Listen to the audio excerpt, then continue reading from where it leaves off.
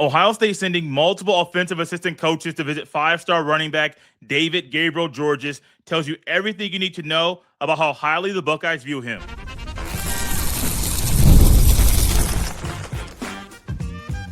You are Locked On Buckeyes, your daily podcast on the Ohio State Buckeyes. Part of the Locked On Podcast Network, your team every day. I'm Jay Stevens. During today's show, we will look at three recruits that the Buckeyes are currently looking at right now that are in the top 100 of the 2027 recruiting class. One recently got a visit from James Laurinaitis, and another is a five-star defensive lineman that put the Buckeyes in his top five. But before we jump into the show, we got to bring in my guy, Brian Smith. He is the host of the Portal Podcast right here at the Locked On Podcast Network.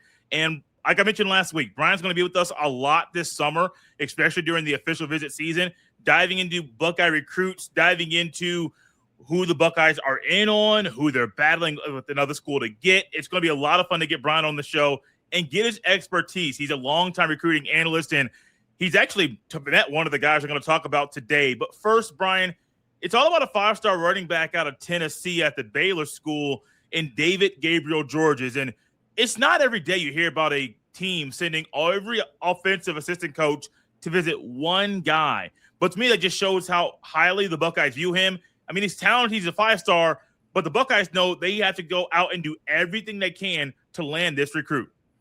He is a very unique player. I told this to Stephen Willis of Locked On Ole Miss the other day. Out of all the recruits in the top 100, he would be the one that I wouldn't want to make a prediction on the most. Why? He's from Canada. He's at a boarding school in Tennessee. And are you ready for this? If what I am told is correct, his first language is not even English. So how he views American culture is probably impossible for me or anybody else to gauge.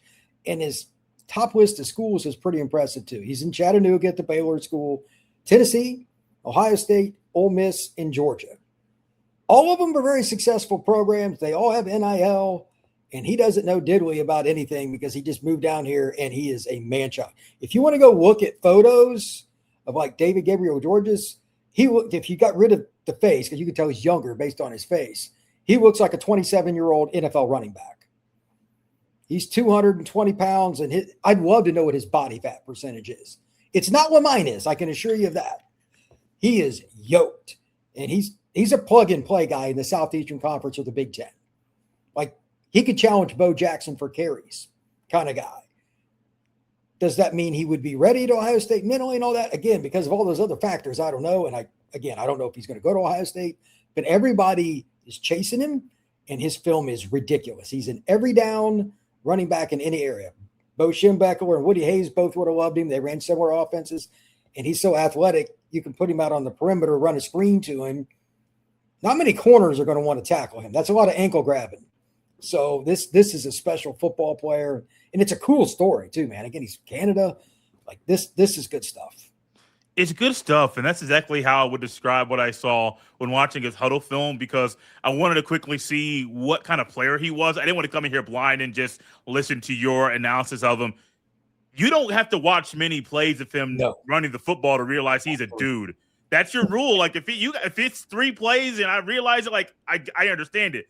One of the best things about him that I saw was how decisive he was when he gets the ball right there in his chest. He knows where he's going, how he's going to get there, how quickly he'll get there. When he puts his foot in the ground, Brian, he is gone. I watched him run away from defensive backs play after play after play.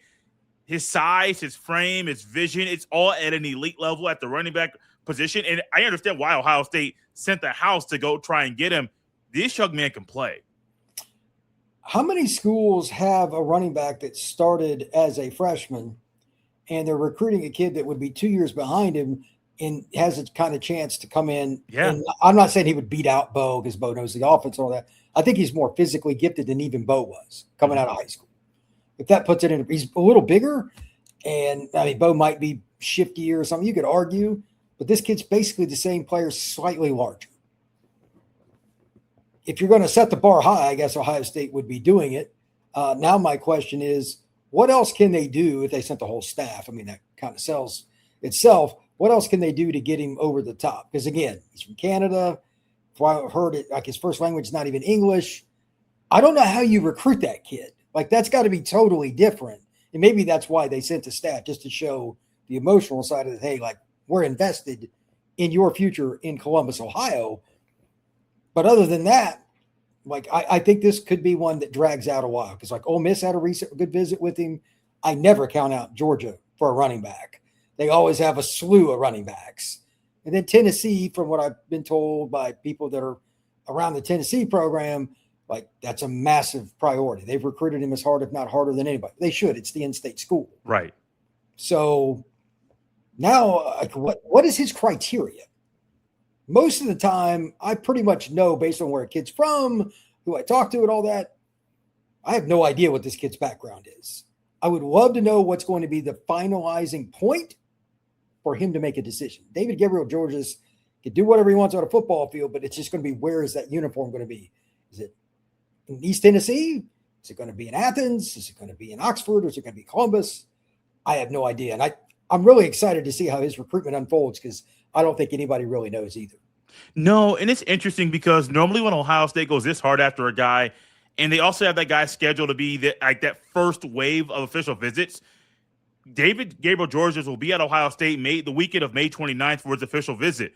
It goes Ohio State, Tennessee, Ole Miss, and Georgia in that order. Those are the schools he's visiting, first in May at Ohio State, and then the rest will be in June.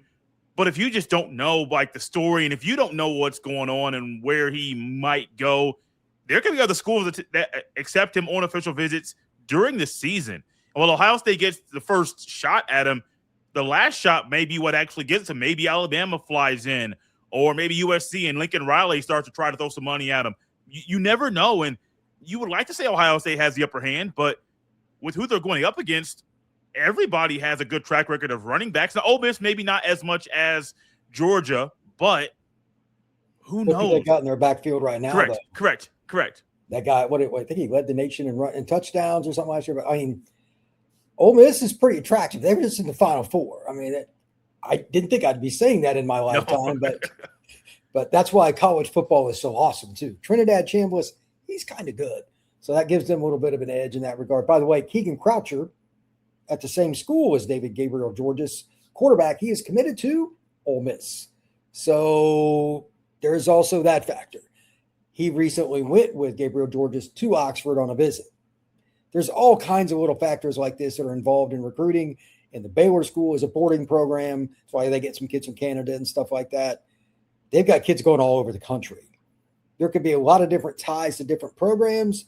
I mean, everybody recruits that school, but Ohio State needs to use everything they can to try to get him on campus. Because again, like, I know Ohio State's got a good young running back room. I will put money on it right now. By the middle of the 27 season, if he signs with the Buckeyes, he will be the backup to Bo Jackson. I got a quick question for you before we go into the first break. It's about him being at the Baylor school in Tennessee. Why would he leave in Canada and go there? What was attractive about the Baylor school to get him to go there from his home? There are a few different things going on. Like, there are a few schools that recruit the kids from Canada. That's one of them. They don't get any exposure up there. American football is way different than Canadian football, and I'm not trying to pick on it.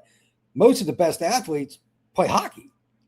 So it's not the same level of competition. Can you imagine that kid playing Canadian football against mid-level competition? Oh, man, it'd be embarrassing. I mean, do you want to be the mom in the stands whose son's playing middle linebacker? Right. No. Not at all.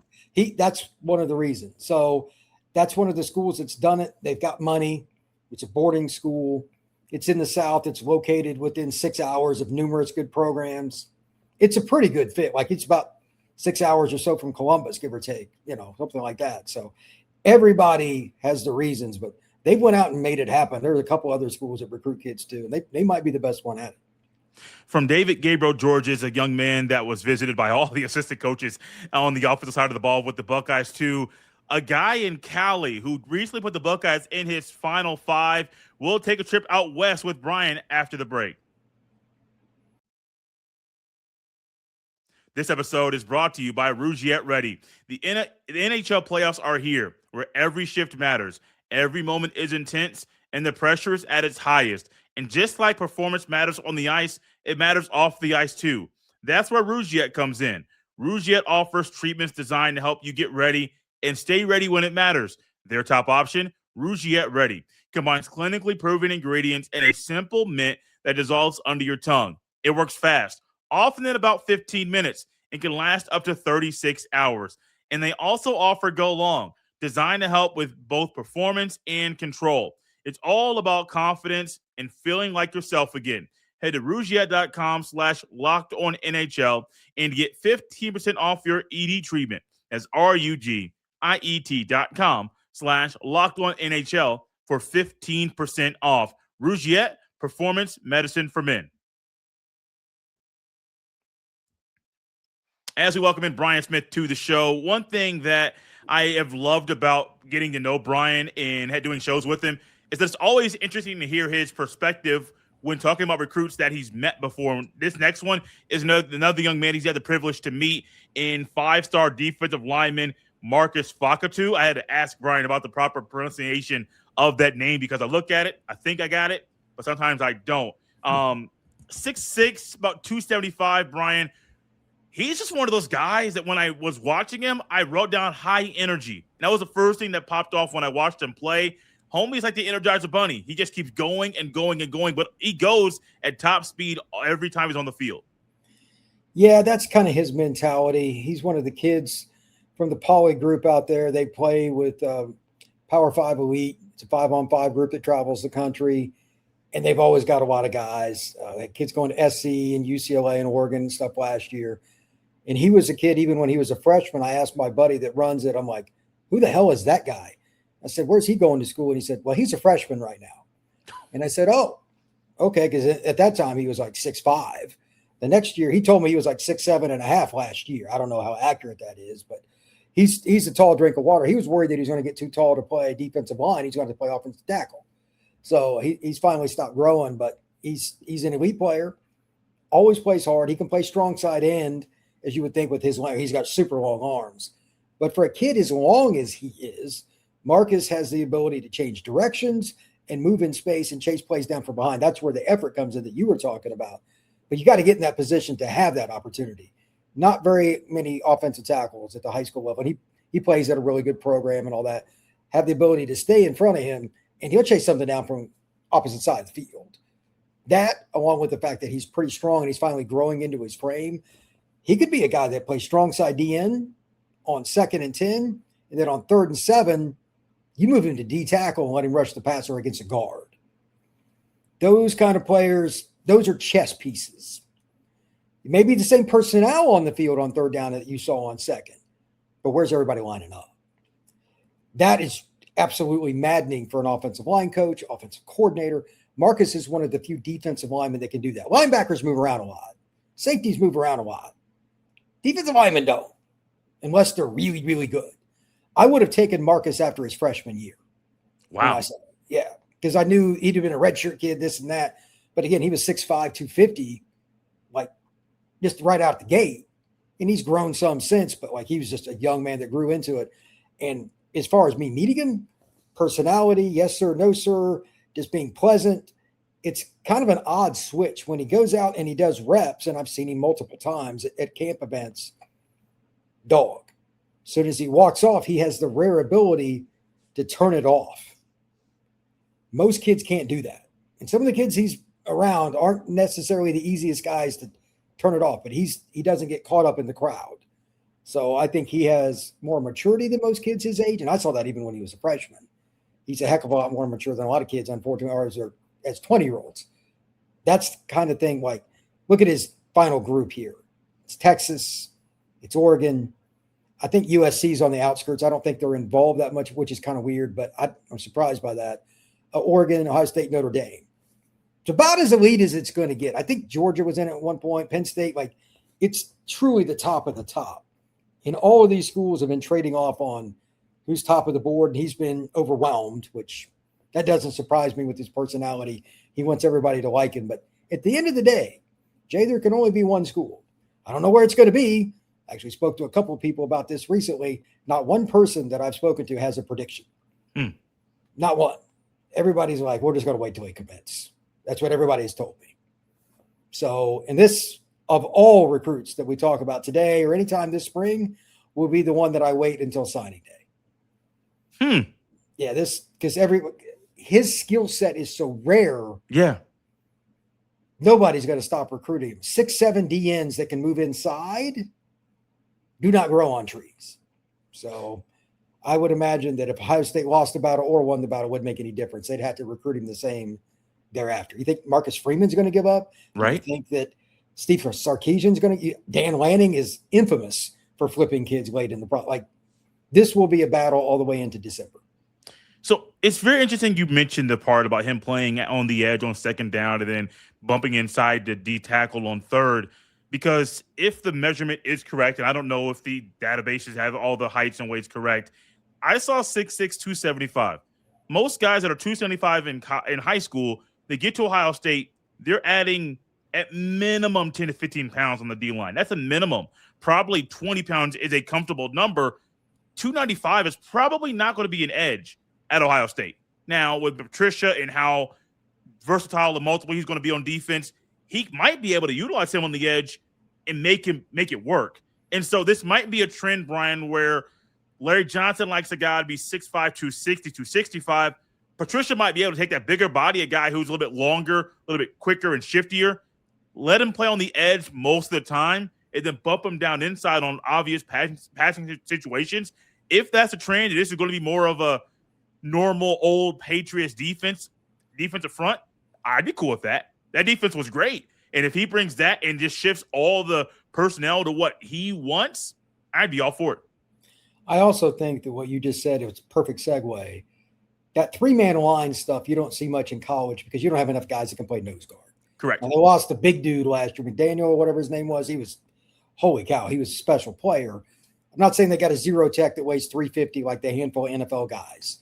But you can go third down, put Fakatou at D end in a three-man front, and then the kid we're going to talk about here in a second, the kid he shot out of a cannon. He's kind of an undersized outside linebacker that's trying to kind of a Sonny Styles frame. I don't know how big he'll get. A kid like that on the edge as a stand-up, you play Marcus at 4-eye as a defensive end. You get complex with this, but the three-man front, he would be perfect for that. You're going to have a tackle that's going to have to be giving up the inside shade to a guy that has got the length of a condor and the quickness of a kid that's more of an edge. That's where the games begin, and that's why football is so interesting to me. You could do that, and then the next series, same situation. You're in a four-man front, and he's at three technique, and he's still got an inside shade. Good luck. You know, how are you going to double him and go one-on-one with the really twitchy guy outside, chip him with the tight end? Like, you get into some really big conundrums because there's no good way to attack Ohio State's front. Would you view this recruitment for Fakatou as more of a one where the highest bidder is going to win? I would say it's more of an emotional roller coaster because the money's there across the board. Okay. I mean, look at the schools involved here. Yeah. This is money on top of money. I don't think it'll be, unless something surprising happens, this will be within $200,000 of each other kind of thing per year. I don't think it'll be a huge deal. Now, the normal guy that is, but like to what some of these D linemen are getting out of high school, it is not. That can make you mad or not, but it's still true. He's the kind of guy that might get seven figures out of high school. It's, again, how many 6'7" DNs do you know walking down That's the street? true. You're right. He is the ultimate measurables recruit. So I haven't asked anybody about the numbers. It's not really into my business, but I looked at the school list. Texas is an oil school. Oregon is the elite of the NIL school. I mean, they got the greatest booster of all time. He owns freaking Nike. So he's a billionaire. Notre Dame, I mean, it's basically the Catholic Church's football school. Then Ohio State. I mean, all those schools have the money to go get Marcus. So I think it'll come down to an emotional swing, comfort somewhere. Mom likes one school better than another, whatever. It'll be something like that. We opened the show discussing a recruit that got the entire offensive assistant coaching staff to visit him recently. We're going to close the show talking about a young man that James Laurinaitis visited earlier this week. It's a 4-star linebacker. He's a top 100 kid. We'll discuss him after the break.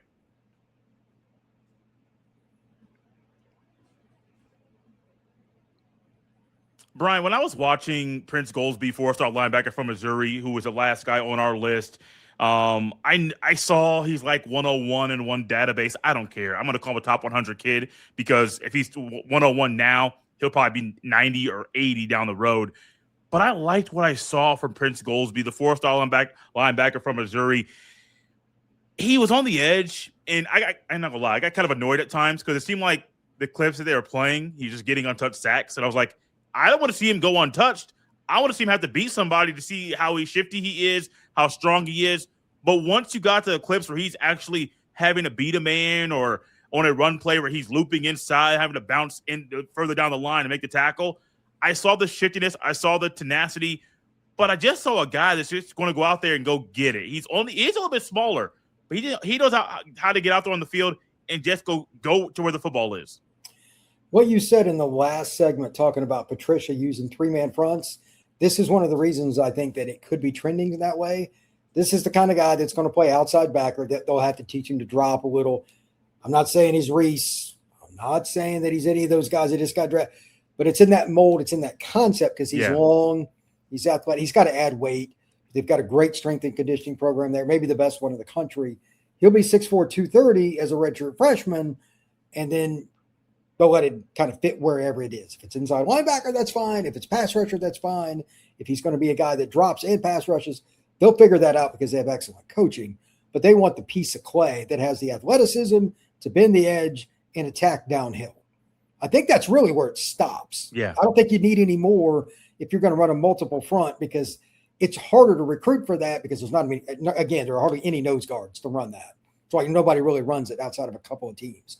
And secondarily, even if you want to run that, there are certain teams that are good at going against it. So you want to run multiple fronts. He could be a 4-3 end at 230 pounds on 3rd and 6. There aren't many guys that are going to do much with it. So I think he'll play multiple spots. So it makes sense because Patricia's going to run a lot of stuff. He's probably a little bit off. He's the kind of guy that likes to study film on a Friday night. Probably not the most exciting guy if I was to guess. That's my guess on that, or like a strong one. But that's why he's a good football coach. So last year I was shocked at how much Patricia got into their system from game one on. Like all the creepers and all the different things and how well they exit. Fake blitz, then come back and after a couple of steps back, like Reese would blitz again, like back and forth, keeping the quarterback, like I'm not trying to be funny, but like Manning looked completely lost with what Ohio State was doing against them. And you just don't see that stuff at the college level. So a kid like this, maybe he does or doesn't pick it up right away, but even if it's just one specific, he doesn't be good as Earl Reese, like that kid's on a whole nother level. But if he can just do parts of it, he could be a consistent contributor because they're getting defensive linemen in the Fakatou range consistently. He just has to be a segment of it, and he can be a really effective player for the Buckeyes. You mentioned that part about Fakatou and how this the Goldsby recruitment is going to kind of mesh and mold into what Patricia is going to be looking for. I've been hearing a lot of names recently. To hear Mathis, who Ohio State was going after but didn't get. Damon Wilson previously. These are old guys. I mean, guys in college, but Ohio State went after them, didn't get them. There was a period of time where Ohio State was going after elite guys, and they just weren't getting them. And you're not going to win all the recruitments, but it's almost like, can they just get one guy? Can they get one guy every 2 or 3 years? They weren't winning them. This cycle has DJ Jacobs already in it. If you can get Fakatou to be there at the finish line and he says yes to you, and then you get Goldsby, that does lean into more of the trend of getting some of the high-end guys that you couldn't get previously and moving towards what Patricia wants to do with the defense. I hope that Patricia is able to do what's needed to get some of these guys that Ohio State couldn't get before to stay and commit to Ohio State because it's going to make the defense a whole lot better and more fun to watch. You've got to have players that rotate when you're playing Michigan, Oregon, Indiana now, which is weird to say. Right. Southern Cal, maybe Penn State will be good again. You've got to be able to rotate those defensive linemen, those elite players, even a guy like Fakatou and DJ Jacobs, great kid, by the way. Had a chance to meet him recently. All those guys still got to rotate because you're chasing the football. There's a lot more energy. You need some developmental guys that, okay, DJ is a top 5 pick. My dead grandmother can go coach him. That's fine. But at the same time, you're going to also need those guys come off the bench that after DJ will probably turn pro after his 3rd year. The kid we're talking about now can start as a senior and 5th-year senior. And that's fine too. You could still be a developmental program. You don't have to be all 5-star at the end. Some of the kids at Ohio State, like Ken Curry was not a 5-star.